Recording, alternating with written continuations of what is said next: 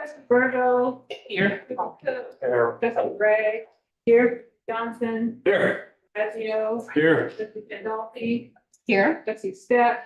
Here. Trustee Lees. Yes. Trustee Reese. Yes. Trustee Whitehall. Here. Thank you. For those who are willing to join, we'll have Michael lead us pledge and vacation.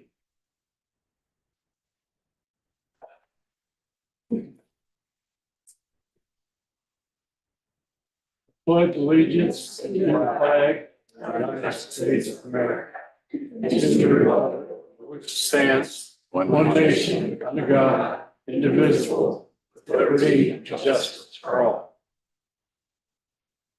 So, I've been thinking about the word wisdom, and it's quite a word. There's a lot with that word, and so one thing is needed in this hour that we live in is wisdom. And so sometimes we might ask, well, what is wisdom? And there's a couple of different ways we can look at that. One of the best wisdoms is the Word of God. The Cambridge English Dictionary says it's the ability to make good judgments based upon what you have learned from your experience, or the knowledge and understanding that gives you this ability. So it's a pretty good definition in that sense. There's a couple of passages of scriptures I'm going to read. Proverbs 2:6. For the Lord gives skillful and godly wisdom. From his mouth come knowledge and understanding.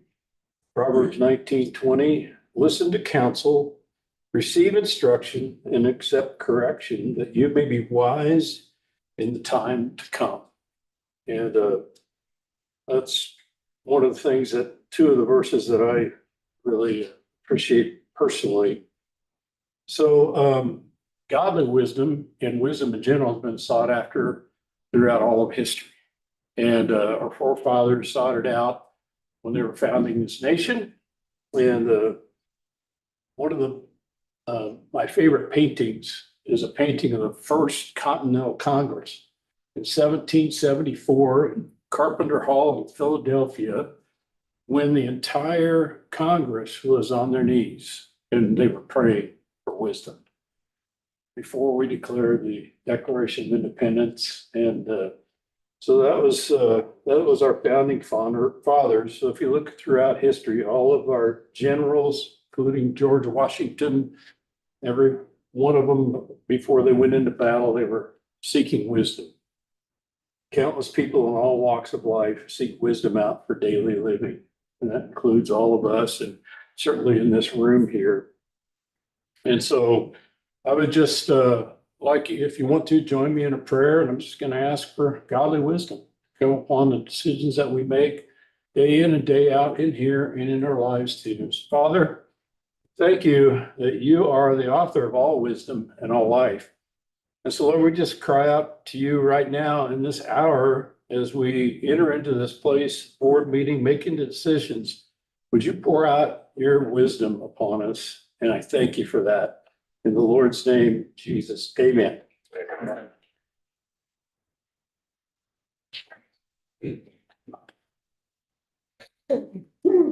For a reflection today, mine came from the fact that one time I was, some of my grandkids came over and I was reading a book, 200-300 pages, had their iPhones with little snippets of information in as much space as you're going to have on an iPhone. And just about that time, I ran across the quote from Caleb Carr, who's quite an accomplished author and did work with the Council on Foreign Relations. And he said, it really hit me at the time, it is the greatest truth of our age, information is not knowledge. And with that, I have two other anonymous source quotes. The invention of autocorrect died, funnel tomato. In the case of fire, leave the building before posting. And I think it illustrates some of the implications, if not the contamination is too hard, but my feelings are some of that area. Between the little bits of information we can get on the screen of an iPhone from X or whatever Twitter is now, and actually within the covers of a book to exhaust the topic. Along these lines too, if anybody else has anything they'd like to offer for the any reflections, please, absolutely. This is not a solo presentation, and anybody else's reflections are more than welcome, strongly encouraged. So let's jump into the agenda for this afternoon. The first matter is the approval of the agenda itself. So make a motion in a second for that. Yeah, I make a motion to approve the agenda. Second. We need a second or we go home? Second. Any discussion? Hearing none, Teresa, would you please call the roll? Trustee Whitehall. Trustee Reese. Aye. Trustee Thieves. Yes. Trustee Pandolfi. Aye. Lazio. Here. Trustee Step. Here. Trustee Cook. Aye. Trustee Virgo. Here. Trustee Johnson. Aye. Trustee Gray. Aye. Motion carried. Thank you. Next matter is the approval of the consent agenda. Give a motion second for that. I move the adoption of the consent agenda. Thank you. Second. It's been moved and seconded to approve consent agenda. Any discussion? Okay, Teresa, please call the roll. Trustee Whitehall. Aye. Trustee Reese. Aye. Trustee Thieves. Yes. Trustee Step. Aye. Trustee Pandolfi. Aye. Trustee Lazio. Yes. Trustee Johnson. Aye. Gray. Aye. Trustee Cook. Aye. Trustee Virgo. Aye. The motion carried. Thank you. We have no visitors' comments nor awards and recognition. The next matter is that we should state for the record that we had our budgetary priority presentation at the time preceding this meeting, and our librarians report. Right. Thank you. Okay, so before you all have a copy of the MCPL monthly. I wasn't going to make remarks, but I do want to direct you to one story in particular. At the Grandview branch, the staff there had coffee with a cop, and apparently it was so fabulous that it was featured on the news, if I'm not mistaken. A few of the trustees observed it. Sam Bagley, who's the manager of that facility, is absolutely wonderful. And their presentation on television clearly resonated with a number of our staff in the community. We want to thank them for their great work they do. And possibly one day, we'll get a presentation from Sam about their work here at the library. And as usual, there's other stories, and there's just a lovely picture of diehard Kansas City Chief King fans on the cover. The next, as referenced in our earlier meeting, I want to spend or allot my time here to watch one of the videos that I mentioned from our Nice to See You series. It's a profile of library patron Mayo, who's here with us today. She comes by way of Platte City, if I'm not mistaken, and intersected at some point with a current staff member, and he knew a little bit about her story. And she does great work in Platte County, and we decided to profile her as a part of this video series. So Brian, if you're ready, let's just all take a minute and watch this 4-minute video.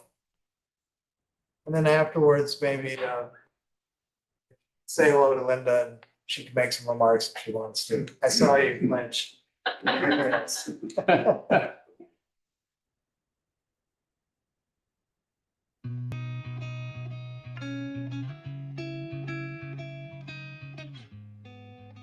Storytelling has the power to build communities and bridge divides. Learning about the folks around you is a simple first step.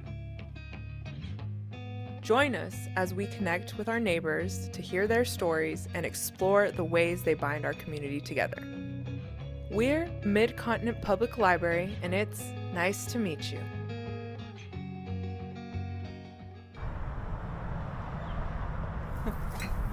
Okay, you guys ready? Okay. We are going to the library. We spend a lot of time at the library because everybody likes it. Okay, you guys ready?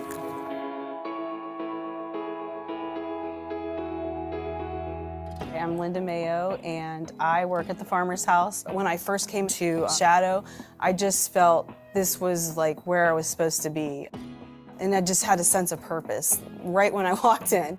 I actually worked at a financial advisor firm as an assistant. I felt connected there, but I wanted to do more. I started to look for a nonprofit organization and got involved with the Farmer's House on the weekends. I transitioned into this role. I had to have a pay cut and everything. I was kind of scared about that. My dad was like, "What are you doing? You're a single mom. I mean, this does not seem right." I downsized my house and everything just to get ready to do this. I wanted to give back, and I wanted to be a part of something bigger. Here, want to come with me? Let's go do that. You ready? Let's go back here, okay? I am the coordinator of our CI program, which is community integration.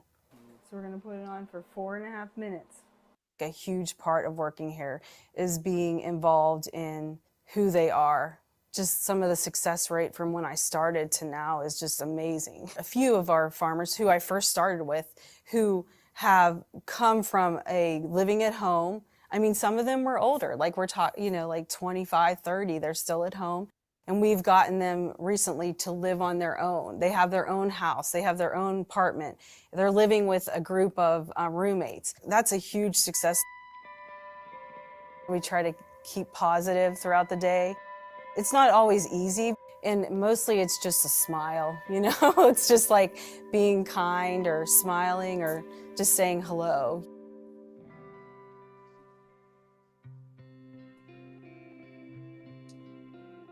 I've been here almost 25 years, but I'm still very much a Pittsburgh, Pennsylvania girl, I try to get home as much as I can. I try to get home by every 6 months or so. My dad is struggling with cancer right now, and his positivity is just amazing. Even though he's struggling through a terrible disease, it's actually really hard, I'm gonna be honest, because I can't be there with him, but he keeps positive. It's a lot of calling, and just seeing them helps me, motivates me to keep going, talking to him on the phone, and being encouraged that way. He'll be like, "You're doing a great job. You're giving so much back to, the community and the world." He's like, "I take it back when I told you not to leave because of money. This is actually what you should be doing." Come and fill me with your glory, all my Lord.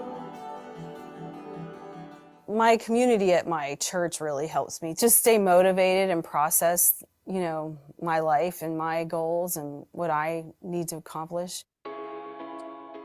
I think it's important to be who you are all throughout your life, and to have that as your trademark, and to show kindness wherever you are. That's important, to be that person in your community.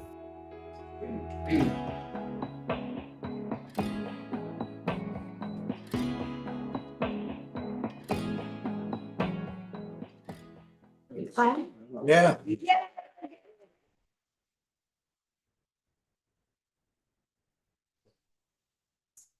So, Linda, thank you for agreeing to participate. I mean, it does take a lot to kind of open yourself up, share your story with a stranger, or maybe not, but anyway, but with a broader community, and we do appreciate that you did that, and really, thank you.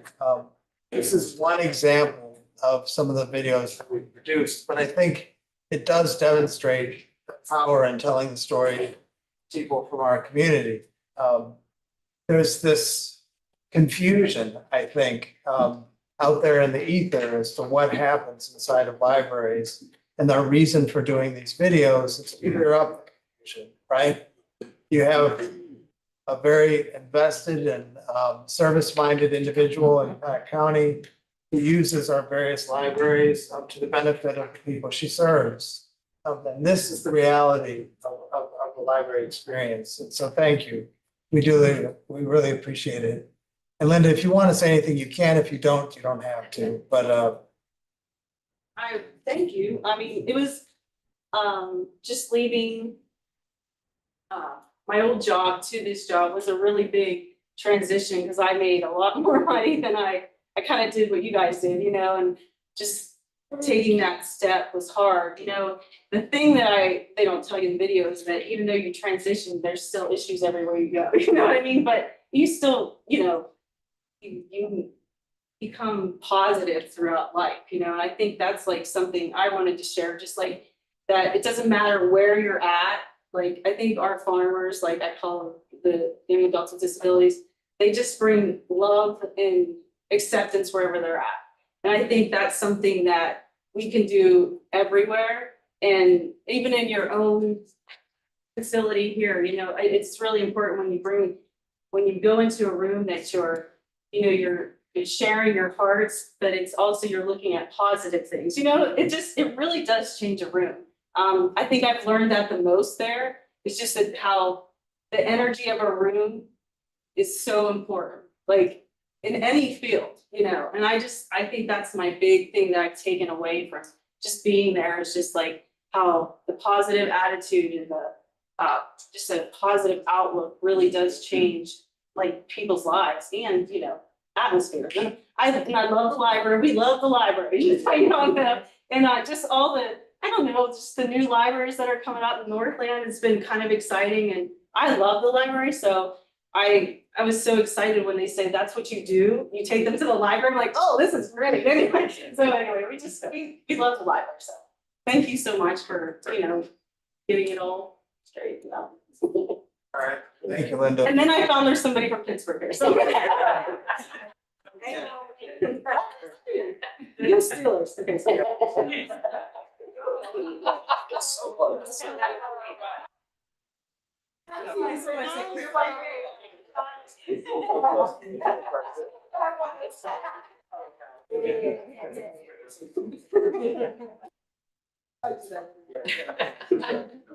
That concludes my report for today. Again, thank you.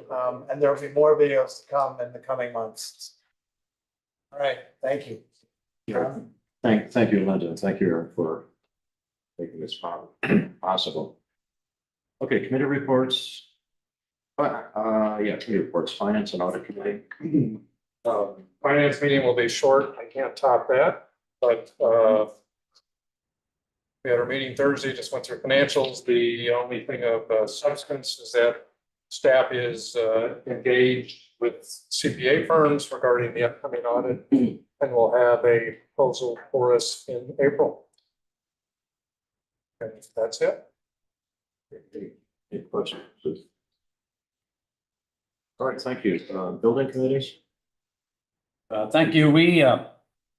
We're scheduled to meet next Thursday, but really don't have a massive agenda. So we're not going to meet next Thursday. Next month, we'll have some real issues, maintenance, costs about maintenance. So again, we're not meeting next week, but we will certainly meet next month. Okay, thank you.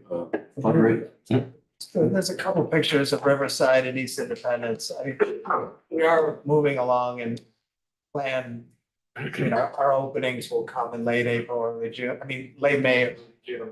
But they're doing great work. I've been inside both branches and they just look absolutely beautiful. Thank you. Fundraising development? We did not meet as a committee, but I do have some information to pass on to you. And we're Diana.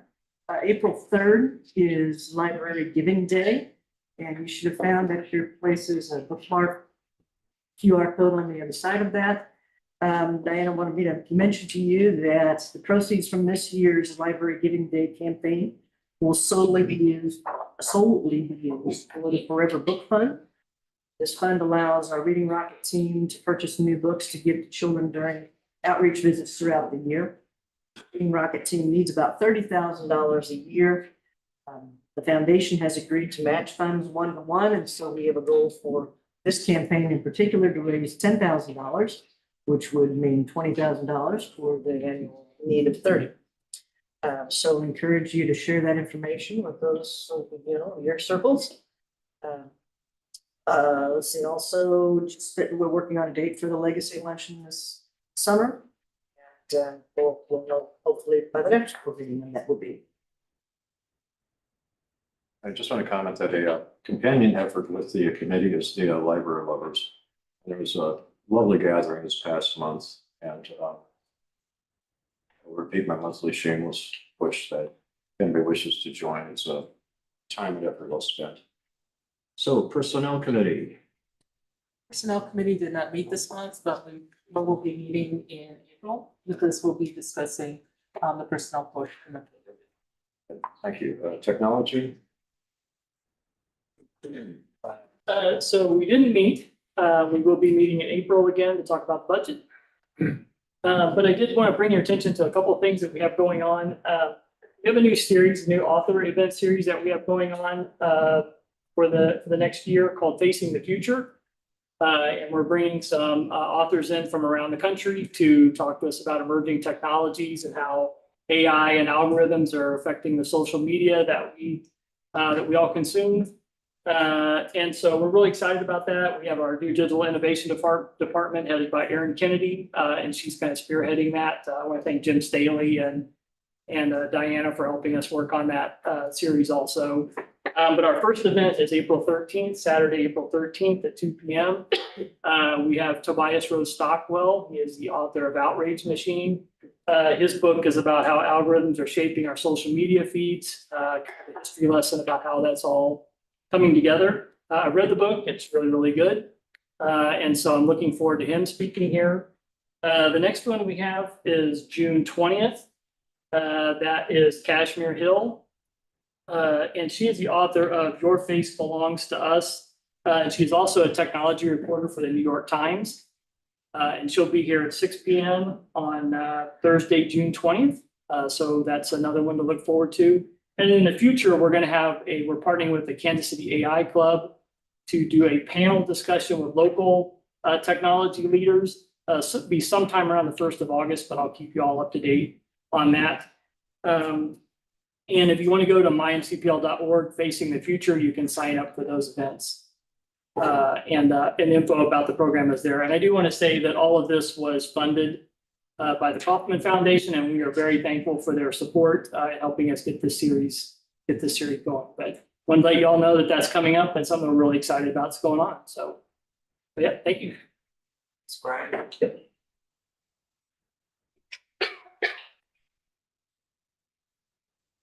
Okay, thank you all for committee reports. John. Thank you. Good evening. Gonna flip to the next slide. Yep. Next two, excuse me. We'll start our financial summary tonight with a look at our tax revenue for the first 8 months of this fiscal year compared to the first 8 months of last fiscal year. Our taxes are $62.5 million, about a $4 million or a 7% increase over the prior year. Comparing taxes collected year to date to our budget, we're at 96.85%. Same period last year, we were at 95.31%, so we're just slightly higher than we were last year. The chart below it is a comparison of the first 8 months of the fiscal year for each of the fiscal years listed so that you have an apples to apples comparison. That's the blue bar. The orange line are current taxes, and the gray line are the lump taxes collected for that period. There are no questions. I'll move on to the next slide. This is an analysis of our cash flow projection for the current fiscal year. We have actual collections from July through February, which were the first 2 columns. So really the projection is just March through June. Wasn't a substantial change of our earlier projection. We wanted to present this for your all's consideration. Moving on to the next slide is looking at the general fund. Again, the data at the top of the page is comparing budget with actual for the current fiscal year.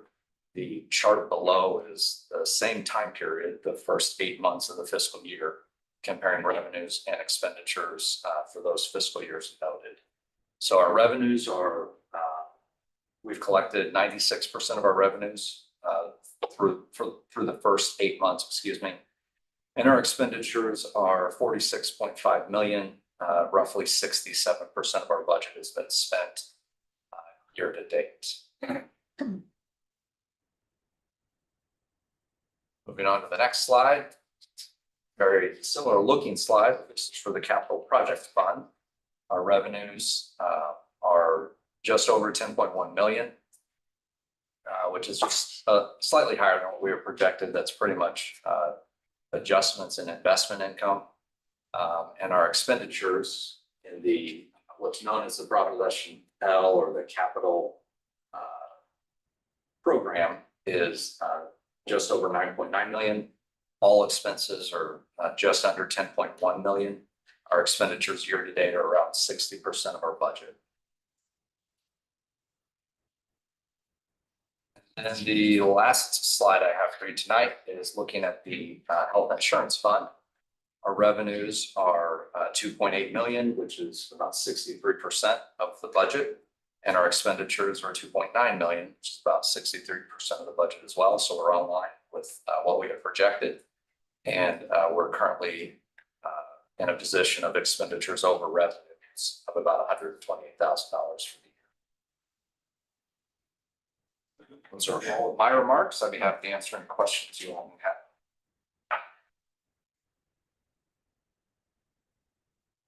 Any questions? To new business.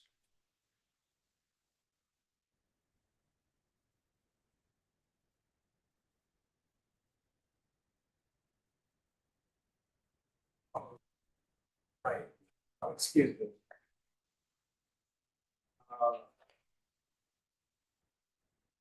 Jeremy, do you want to go over the memo and staff recommendations for the non-binding levy? Sure. The memo that you have attached, that was attached to your board packet and is on our board docs site as well. Just lays out the nuts and bolts of this non-assessment process that's laid out in state law. We're required by April 8th of every year to provide a non-binding levy to the counties, 3 counties, so they can prepare a, sort of preliminary look at what a tax assessment would look like for their county. And historically, the library has used the ceiling rate for the non-binding levy, knowing that if any adjustments occur to assess valuation, that would increase the revenue beyond what our Hancock limitations are. We'd obviously roll that levy back according to state law. So for purposes of what we need to submit on April 8th, staff is recommending 0.3116, which would be a fully restored levy with the Hancock rollback. That's all of that. As the levy that we would recommend to you all for 2024. All right, thank you. Is there a resolution to read or? Was a resolution prepared for the board on this? We don't need a formal resolution for the non-binding levy. We just need a vote. So I believe. Yeah, but the resolution is what we vote upon. So I'll just make the motion and read the approval of staff. Approval recommend to the board non-binding levy set at 0.3116 per hundred of assessed valuation for the purpose of the non-binding levy submission to the counties. Okay, second. Discussion. Okay, I just want to comment. I view this as a procedural matter. In the past, and Jeremy referenced it, a few years ago, this was set at the what's proper term? It's not statutory levy. It's the It's the approved levy of 0.40, and that raised a bunch of eyebrows at Jackson especially. I think 2 years ago, it was then deemed to be, if we would set it at the Hancock adjusted levy, and that's what the 3.3116 is. That is the statutory levy adjusted for Hancock. So it's 0.40, and Hancock adjustments brings it down to 3.116. So I view this as two different things. This is a procedural matter to get the levy on file with the county to satisfy this requirement with the counties. And then the levy and the budget matter are to be dealt with over the next 2 or 3 months. And they are different things. Any other discussion? Teresa? Trustee Whitecall. Trustee Weiss.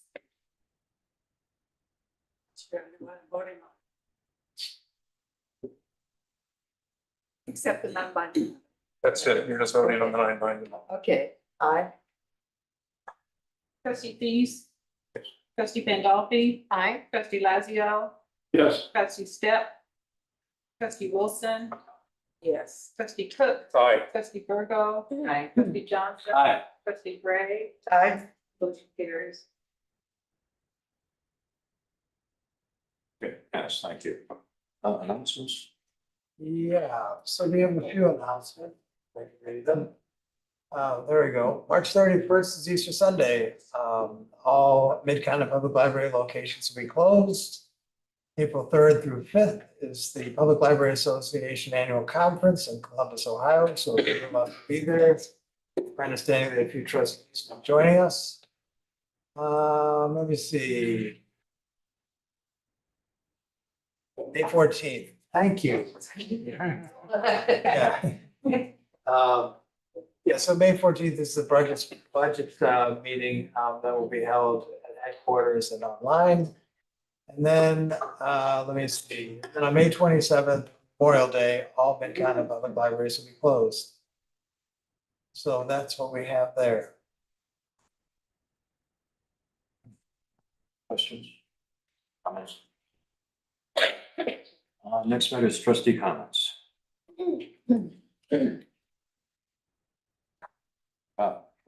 Just a comment, Gordon referenced the Hancock Amendment. Remember, that was an initiative petition. The citizens put that on. I say that because the legislature is trying to change that.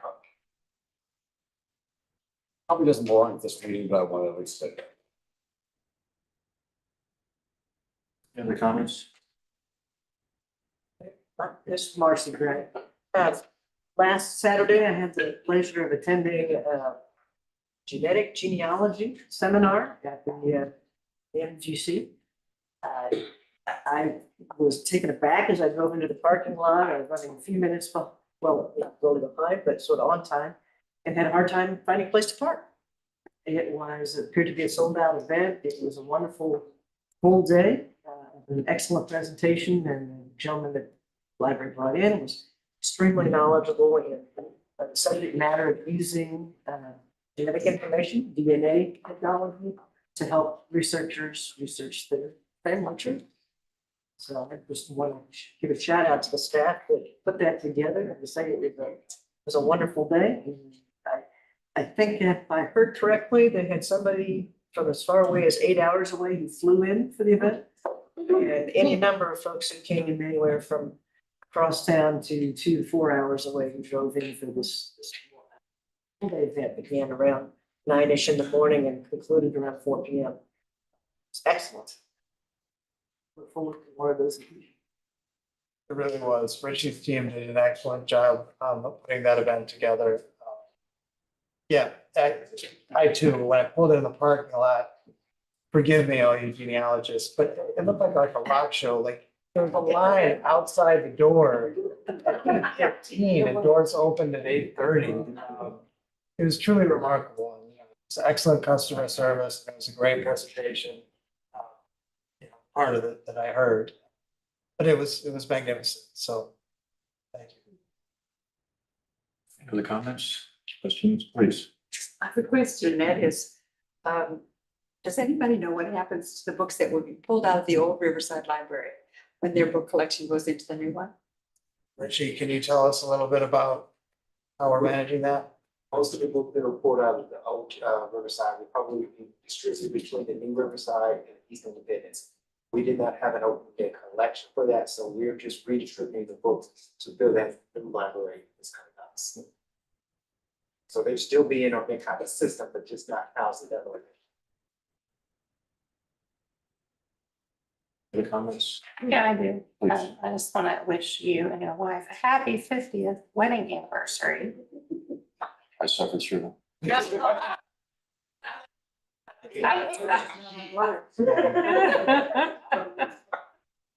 forgot we're on YouTube, but anyway.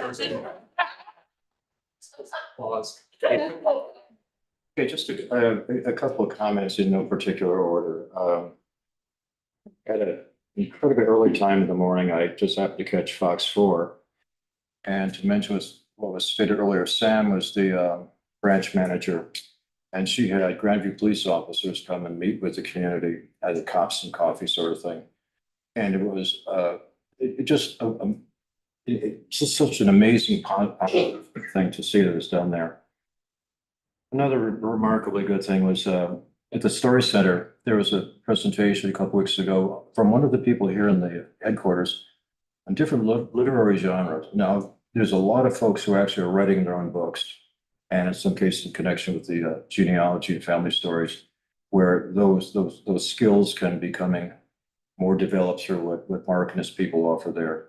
And this presentation with different genres and historical romance and all that, all of which could be tied into a host of other writing efforts that are offered.